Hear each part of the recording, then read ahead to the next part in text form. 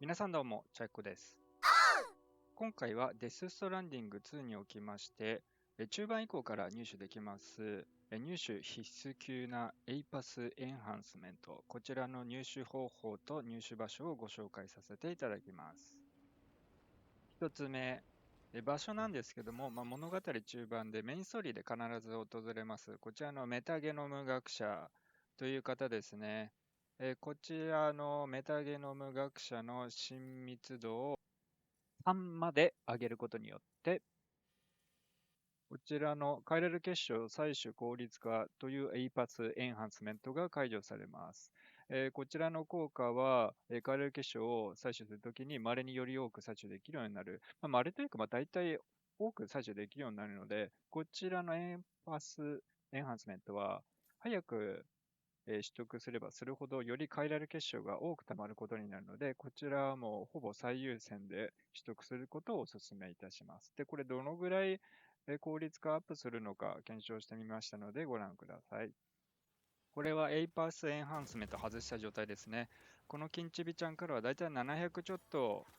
カイラル結晶を入手することができます。毎回ちょっと微妙に差は出るんですけども、で、これで98,591という感じとなっております。では次は APAS エンハンスメント。これ、効率化をオンにした状態でどのくらい稼げるのかちょっと見ていきましょう。で、今回も、キンチビちゃんを分裂せずにちゃんと全て通し切ることができました。では、これでどれぐらい増えているのかちょっと見ていきましょう。98,709。先ほどが98,591だったので、だいたい118、前後増えていることになります。ということは、だいたい15%前後増えていることになりますので、この差はかなり大きいと思うので、この APAS エンハンスメントは、もうほぼ最優先で入手していただきたい、エンハンスメントスキルとなっております。親密度アップの報酬についてなんですけども、次の親密度アップで何がもらえるかというのは、コーパスの人物図鑑を見ると、実は右下の方に書いてあるんですね。こちら、次の親密度で、大体どのようなものがもらえる。これはね、もう完全にもう物体の名前書いてあるんです。このようにハンドガンとかね、どんなハンドガンかわからないですけども、大体こんな感じのものが入手できるよということが書いてあるので、こちらも漏れなくチェックするようにしてみてください。次のおすすめの APAS エンハンスメントに行く前に、このメタゲノム学者の報酬ですね、親密度報酬、何がもらえるのかご紹介していこうと思うんですけども、親密度上げネタバレを回避したい方はタイムテーブル作ってますので、この動画の下の方、見ていただくとタイムテーブルがありますので、そちらの方で飛ばしていただければなと思います。親密度星2でもらえるのは CC キャップ、ネズミというもので、周囲のカイラルクリーチャーがおとなしくなるというものになります。親密度星4はこれの強化版みたいですね。サムの血を吸ってスタミナを回復してくれるといったものになります。で、親密度を星5マックスまで上げると、他の休憩所と同じようにシェルターで休憩させてくれたり、カスタマイズホロのメタゲノム学者が解除されるのと、あとデザインパッチですね、55、カイラルクリーチャー、雲というのが解除されます。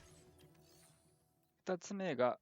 B パスっていう分ですかね、という場所になります。冒険家の右ら辺ですね。で、この周辺、B パスの周辺に、B パスの落とし物が、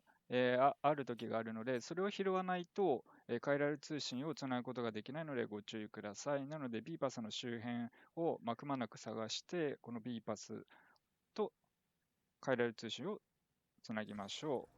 う。この B パスから解除される親密度報酬でもらえるこちらおすすめ超カイラル成分採取なんですけども、こちらは親密度星1つだけでもらえるので、もうこちら、もう本当に先ほどと一緒で最速級で解除するのをお勧めいたします。こちら歩いたりしてるだけで、時間がね、例えばどんどん、時間じゃなくて歩数なのかわからないですけど、どんどんカイラル結晶が溜まっていくので、自動で溜まっていくので、めちゃくちゃおすすめなので、こちらも先ほどのものと合わせると非常にカイラル結晶の入手効率がぐんと上がるのでおすすめとなっております。この後は先ほどと一緒で親密度報酬上げで何がもらえるか紹介していくんですけども、親密度報酬ネタバレを回避したい方は、ここで、動画の方を、閉じていただいて構いません。ご視聴いただきましてありがとうございました。では、参ります。親密度2つになると、超バランス自動アシストというもので、スケルトン未装備の状態でもバランスを崩しにくくなる。ですが、注意点は移動時にわずかに変えられる結晶を消費することです。わずかになんで、気にならない程度だと思います。そこら辺の変えられる結晶を1回拾っちゃえば、もうお釣りが来るぐらいだと思いますので、特に気にする必要はないと思います。親密度報酬3では、超エンハンスメント切り替えというもので、こちらはカイラル通信をつないでないマップがね、赤い状態になっているエリアでも APAS エンハンスメント、オプションボタンで APAS エンハンスメントを切り替えできるんですけども、可能になるといったものになります。親密度星4では超エイムアシストという、エイムアシストがかなり強くなります。敵にエイムを標準当てると、半身分とかずれてても、もうすぐ吸い付きますね、敵に。なので、すごいエイムがしやすくなるといった一発エンハンスメントとなっております。親密度星5では超電磁プラズマというエイパスエンハンスメントを取得できます。こちらは電撃系の武器の攻撃範囲を大幅に広げるといったものです。どのぐらい広がるかご覧ください。エイパスエンハンスメントオフの状態、通常ですとこのぐらいの範囲になります。エイパスエンハンスメント超電磁プラズマオンにするとどのぐらい広がるのか見ていきましょう。このぐらいです。約倍ぐらいですかね。だいたい倍ぐらい。かなり広いですね。これはかなりいい一発エンハンスメントなんじゃないかなと思います。特にトラックとかに乗ってる敵を一網打尽にしやすくなるのでね、走ってるトラックでも偏差投げでまとめて気絶させやすいのではないでしょうか。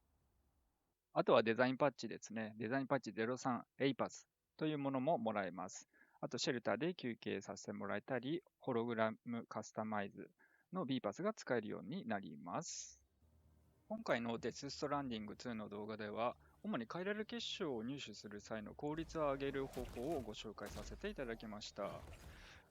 こちら拠点といいますか、プレパーズの住人さんたち、ものすごい数いるので、今作特にね、多いので、親密度を上げるのがとても大変なので、どの住人の親密度を優先的に上げたらいいのかというふうに、お悩みの方も割といらっしゃるのではないでしょうか。他にもデスストランディング2の攻略動画出しておりますので、もしもよろしければぜひチェックしてみてください。あと、このゲームはできることが非常に多いので、一応チュートリアルみたいのが入ってても、実は見落としてることとか、あとコーパスにしか書いてないこととかもね、あったりするので、ぜひこのゲームを最大限楽しむために、こちらの動画で結構ね、見落としやすいことやゲーム内で教えてくれないことなどまとめておりますので、こちらもぜひチェックしてみてください。あと最後にこちらの動画ですね、隠し演出小ネタ集。こちらの動画は一応自分では、ストーリーのネタバレはしないように作っているつもりではありますので、こちらの動画ももしよろしければご覧ください。それでは今回は以上になります。もしこちらの動画が少しでも参考になりましたら、高評価、チャンネル登録などぜひよろしくお願いいたします。ご視聴いただきまして誠にありがとうございました。